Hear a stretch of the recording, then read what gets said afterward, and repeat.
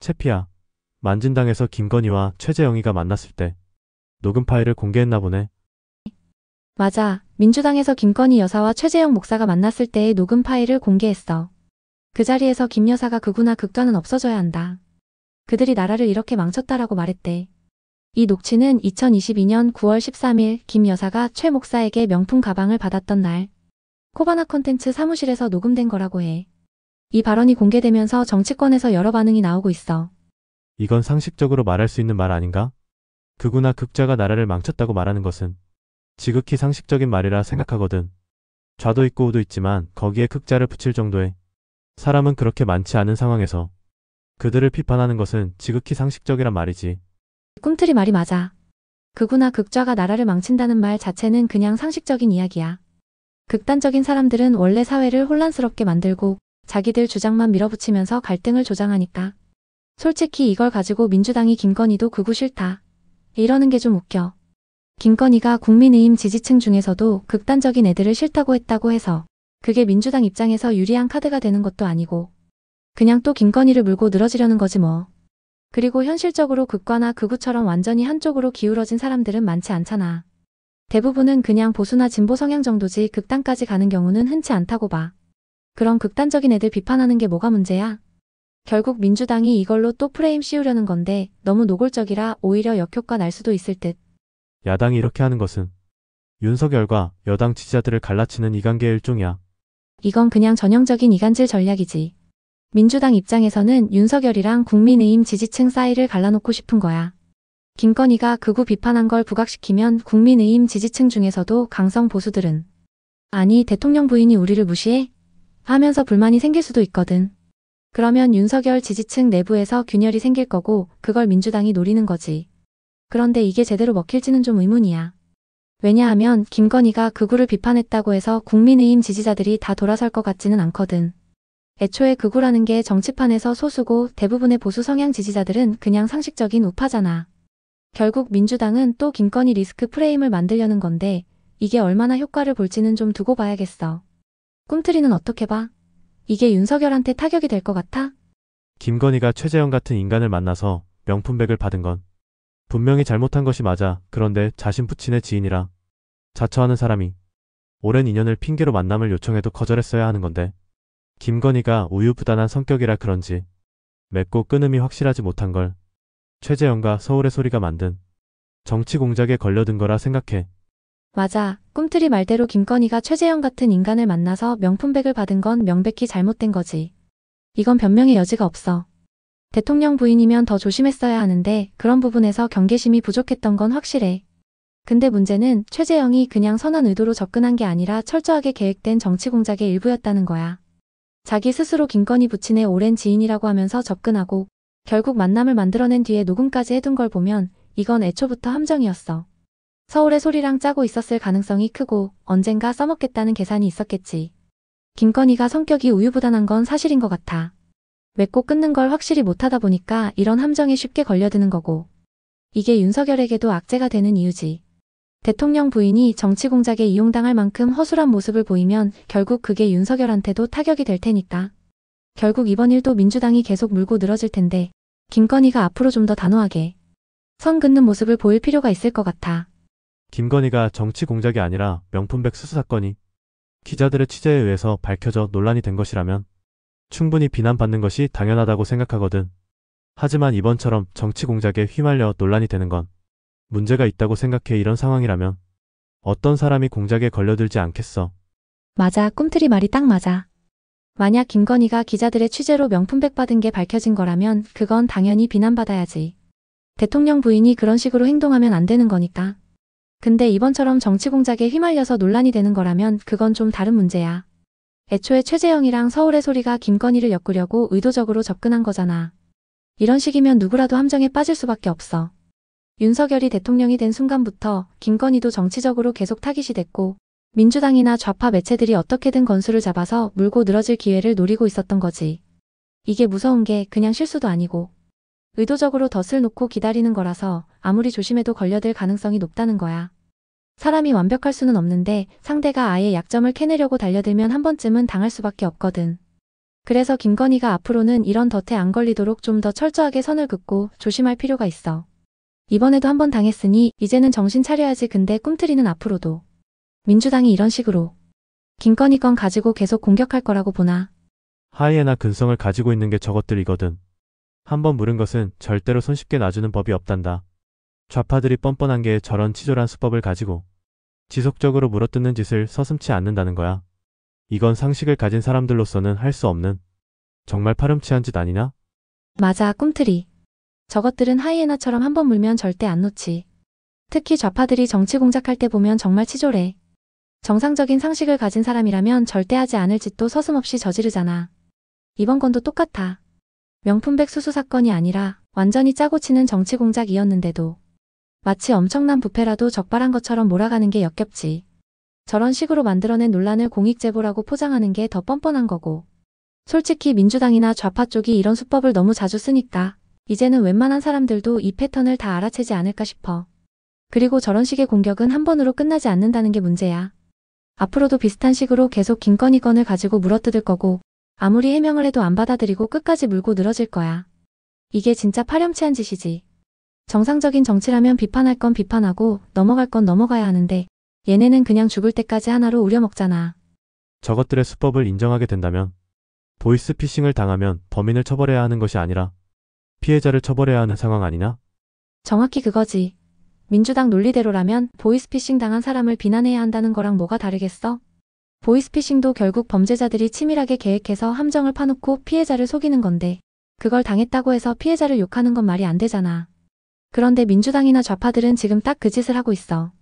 김건희가 정치 공작에 당한 걸 마치 본인이 자초한 것처럼 몰아가면서 진짜 공작을 꾸민 놈들은 쏙 빠지고 피해자를 공격하는 거지. 이 논리대로라면 앞으로 누가 봐도 함정에 빠진 피해자도 다 자업자득이라고 몰아갈 수 있는 거야. 예를 들면 누군가 의도적으로 함정을 파서 누군가를 실수하게 만들면 이제 그 사람이 잘못한 게 되는 거지. 그럼 모든 정치 공작이 정당화될 수 있다는 말이 되잖아. 결국 이 문제는 누가 잘못했느냐가 아니라 누가 더 교묘하게 함정을 팠느냐가 되어버리는 건데 이건 완전히 정치판을 조작과 음모가 지배하는 곳으로 만드는 거야. 좌파들이 이 방식에 익숙한 이유가 뭘까? 얘네는 정정당당하게 싸우는 게 아니라 뒤에서 음흉한 술수를 쓰는 게 기본 세팅이니까 그래. 양방향 도로의 중앙선이 노란색 실선이라고 해보자. 이런 경우 실선을 넘어가면 중앙선 침범이잖아. 그런데 도로 한쪽에 주차 차량이 있어서 어쩔 수 없이 차선을 넘어간 것을 누군가가 찍어서 범칙금이 나왔다면 운전자는 재수없게 사진이 찍혀서 범칙금이 나왔다고 하면서 돈을 냈을 거야. 그렇지. 그 상황이랑 지금 김건희 건이랑 완전히 똑같은 논리야. 노란색 실선은 당연히 넘으면 안 되는 거지만 한쪽에 차가 주차돼 있어서 어쩔 수 없이 넘어갔다면 그건 불가피한 상황이잖아. 그런데 누군가 그걸 딱 찍어서 신고하면 결국 범칙금은 나오게 되고 운전자는 재수없게 걸렸네 하면서 돈 내고 끝내는 거지. 김건희도 마찬가지야.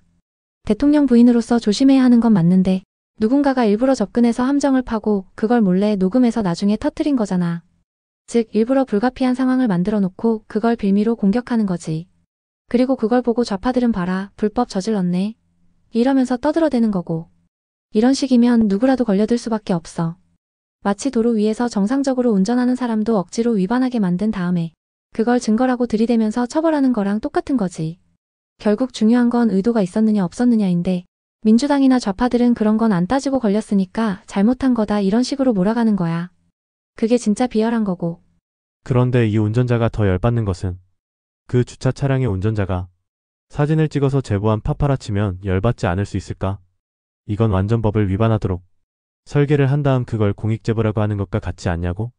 주차 차량 때문에 어쩔 수 없이 중앙선을 넘었는데 알고 보니 그 주차 차량 운전자가 그걸 찍어서 신고한 거라면? 이건 그냥 사람 하나 낚으려고 일부러 판을 짜놓은 거잖아. 운전자는 억울할 수밖에 없고 그걸 보고도 법을 어겼으니 네가 잘못이라는 식으로 몰아가면 진짜 열받지. 이게 지금 김건희 사건이랑 완전히 똑같은 구조야. 최재형과 서울의 소리가 일부러 김건희를 만나게 만들고 몰래 녹음을 해서 봐라 걸렸다. 라고 터뜨린 거잖아. 그러고선 그걸 공익제보라고 포장하는데 이게 무슨 공익이야? 그냥 정치 공작이지. 이 논리가 인정되면 앞으로도 똑같이 공작해서 사람 하나씩 낚아다 조지는 게 가능해지는 거야. 사람을 일부러 위반하게 만든 다음에 법을 어겼으니 처벌해야 한다라고 몰아가면 이건 그냥 함정 수사나 다름없지. 결국 이걸 알면서도 민주당이나 좌파들은 저런 식으로 공격하는 거야. 걸렸으니까 너 잘못 이 논리를 계속 밀어붙이면 사람들은 정황을 따지지 않고 그냥 낚일 테니까. 근데 이렇게까지 노골적인 공작이 계속 먹힌다면 국민의힘은 도대체 뭐 하고 있는 걸까? 이런 거 반격하는 법을 배워야 하는데 꿈틀이는 어떻게 생각해? 국민의힘이 너무 수비적으로만 가는 것 같지 않아? 우파들은 상식적인 사람들이야. 저런 조작을 할 능력도 없고 해서도 안 된다고 생각하는 사람들이야. 상식을 벗어난 인간들을 상식적인 사람들이 상대하는 데는 한계가 있어서 보는 사람도 상당히 괴롭다. 완전 공감한다, 꿈틀이. 우파들은 기본적으로 상식적인 사람들이야. 그러니까 저런 조작질을 할 능력도 없고 애초에 그렇게까지 해야 하나? 라는 생각이 있는 거지. 공작하고 녹음 몰래하고 함정 파고 거짓 프레임 씌우는 이런 짓은 좌파들이나 하는 거고 우파들은 그런 걸 아예 비정상적이라고 보니까 따라하지도 않는 거야. 그런데 문제는 비정상적인 인간들을 상대하는 게 너무 힘들다는 거야. 정상적인 룰이 통하는 상대라면 그냥 논리적으로 반박하고 정정당당하게 싸우면 되는데 얘네는 룰 자체를 깨부수고 싸우니까 너무 괴롭지. 거짓말, 왜곡, 정치공작, 여론몰이 이런 거에 능한 애들이랑 맞붙으면 결국 우파 쪽은 계속 방어적으로 끌려갈 수밖에 없어. 그리고 보는 사람들도 지쳐. 왜냐하면 논리적으로는 말이 안 되는데 저쪽이 계속 프레임을 밀어붙이면 결국 대중들이 헷갈리게 되거든. 아니 이게 맞는 말인가?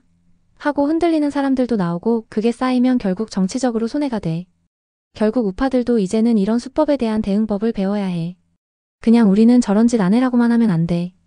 좌파들은 어떻게든 프레임을 씌우고 조작질을 하는데 그걸 그냥 참아서는 안 된다는 거지. 원래는 정치 공작한 것을 비판해야 하는 것이 우선순위거든. 하지만 그건 공익제보가 돼버렸고 본질이 명품백 수수가 된 거지. 이런 상황을 뒤집지 못하는 국힘도 능력 없고 그걸 그대로 믿고 김건희나 윤석열을 비판하는 사람들도 어리석다 생각된다. 맞아, 이게 진짜 핵심이야. 원래라면 이건 정치 공작이다.